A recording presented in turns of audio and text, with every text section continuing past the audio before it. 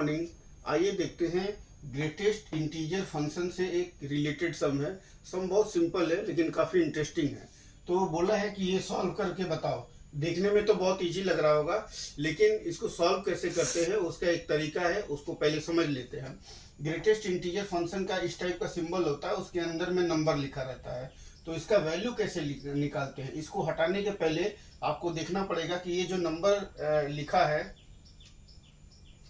ठीक है, इस नंबर के इस साइड में जाएंगे, मतलब उससे छोटा नंबर लेंगे, इस डायरेक्शन में जाएंगे। तो इस डायरेक्शन में जाएंगे तो सबसे जो इसमें बड़ा नंबर होगा वही लेना है। तो सबसे बड़ा क्या है, ये वाला है, ये लेना है। लेकिन एक शर्त है, वो इंटीजर में होना चाहिए, मतलब डेसिमल में नहीं होना चाहिए।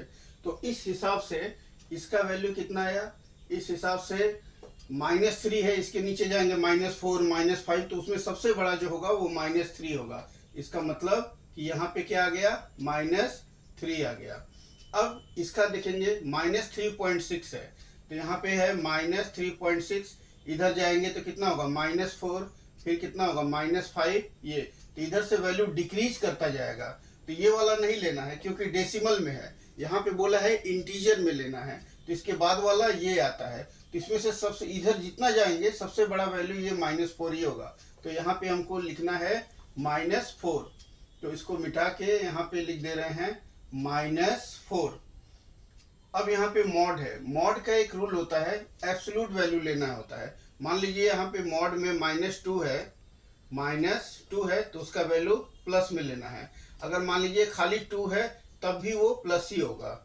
तो नेगेटिव पॉजिटिव में बदल जाता है क्योंकि एब्सोल्यूट वैल्यू लेना पड़ता है। तो ये 2.6 है तो यहाँ भी वैसे ही रहेगा, 2.6 ही रहेगा, पॉजिटिव वैल्यू लेंगे। ये देखिए नेगेटिव है, मॉड से बाहर आएगा तो पॉजिटिव वैल्यू लेंगे क्योंकि ये एब्सोल्यूट वैल्यू लेना पड़ता है। अब ये -3 और ये 3 क्या होगा, कट जाएगा और इन दोनों को ऐड कर देंगे तो -6.6 आएगा, -6.6।